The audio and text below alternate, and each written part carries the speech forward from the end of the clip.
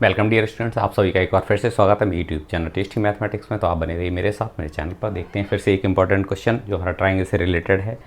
In the given figure triangle A B C is similar to triangle D E F. एक हमारे पास में ए B C triangle दे रखा है जो सिमिलर है किसके, डी ई एफ के सिमिलर है, जिसमें हमें क्या क्या वैल्यू दे रखी है। यहाँ से इसका एरिया दे रखा है A1 इज इक्वल 54 है, एरिया A2 ये हमसे क्वेश्चन मार्क है। दूसरा हमारे पास में बी से सी तक की डिस्टेंस हमें 3 दे रखी है और E2F क्या दे रखा है, ये 4 सेंटीमीटर दे रखा है। अब हमसे पूछा क्या आएगा, find the area of DEF।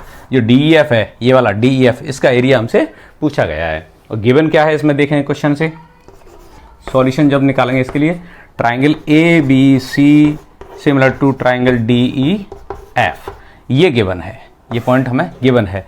तो जब भी हमारे पास ये सिमिलर ट्राइंगल्स होते हैं तो हम ये जानते हैं उनके जो एरिया होते हैं उनके रेशियो किसके हिसाब से होते हैं, उनकी करस्पॉन्डिंग साइड्स के रेशियो के स्क्वायर के इक्वल होते हैं।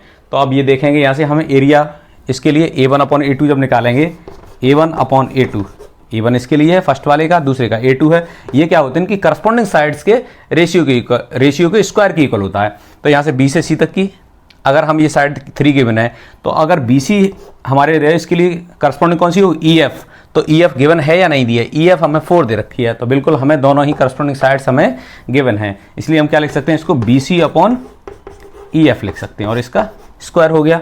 चलिए देखिए अब यहाँ से इसकी वैल्यू लगा दी, ये 54 गिवन है, A1 की वैल्यू, A2 हमसे पूछा गया सेकंड एरिया ट्राइंगल का, और ये कितना हो जाएगा 3/4, इसका स्क्वायर करेंगे तो ये क्या हो जाएगा यहाँ से 54, इसको अलग करिए, 54/A2 is equal to 9/16, cross multiply कर दीजिए यहाँ से, यहाँ 9A2 is equal to 16 into 54 हो जाएंगे। और यहाँ से A2 की जो वैल्यू निकलेगी वो कितनी है, 16 इंटू 54/9, 9 6 जा 54 होते हैं, तो 16 का मल्टीप्लाई जब 6 से करेंगे तो 16 6 जा 96, तो ये 96 स्क्वायर सेंटीमीटर हमारा आंसर आ जाएगा। सेकंड का जो एरिया है A2 वाले का वो कितना आ जाएगा, 96 आ जाएगा। तो इनमें से देखते हैं कौन सा ऑप्शन सही है हमारा। ऑप्शन ए हमारा करेक्ट ऑप्शन हो जाएगा, 96 सेंटीमीटर स्क्वायर।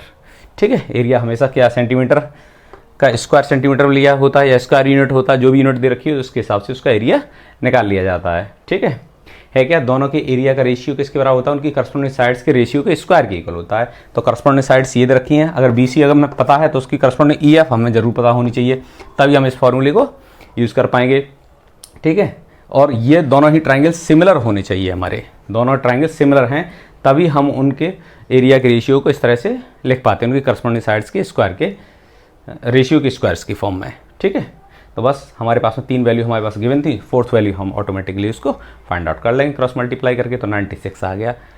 तो है कुछ नहीं, बहुत सिंपल क्वेश्चन है ये आपको, लेकिन बस थोड़ी सी आपको समझने की बात है कि दोनों का एरिया जो होगा उसका रेशियो निकालेंगे, करस्पॉन्डिंग साइड करस्पॉन्डिंग ही होनी चाहिए। साइड कैसी लेते हैं, वहाँ पे करस्पॉन्डिंग साइड होती है, यानी कि जैसे अगर हम यहाँ से AB अगर हमें पता होता तो उसके लिए अपॉन में हमें DE आता, क्योंकि यहाँ से AB की बात आएगी तो DE यहाँ लेना पड़ेगा, और जब भी AC की बात आएगी तो DF हमारे पास करस्पॉन्डिंग हो जाएगी।